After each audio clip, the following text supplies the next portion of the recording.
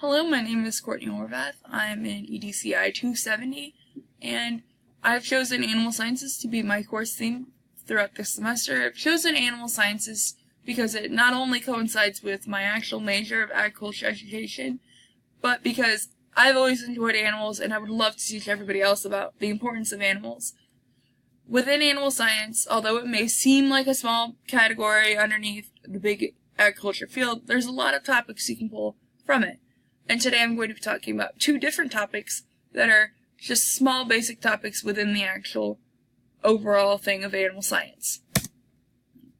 Some topics that I'm going to be talking about today include anatomy and animal safety.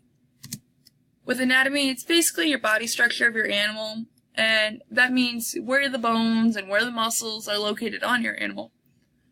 And a picture of this would be on the bottom left-hand corner, where it's showing where not only the shoulder of the cow is, but the poll and the forehead. And on the right-hand side, it shows where, if you follow this arrow, it shows where their deltoid is. It is important to know where your bones and other important parts of your cow are, or pig, whatever animal you're dealing with are, because if you're going to be showing this animal, along with if you want to diagnose this animal, you want to make sure you're looking at the right parts of your cow.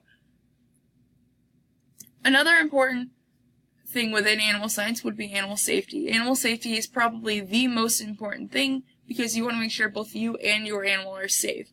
You want to be wearing the proper footwear, as it's shown in this bottom picture of the boot, and on the right hand side it's showing the head chute, which contains this cow so it can't hurt you when you're doing general care things to it, such as cleaning it, hoof trimming, or pulling, all the important stuff. And that concludes my video of some basic topics within animal science.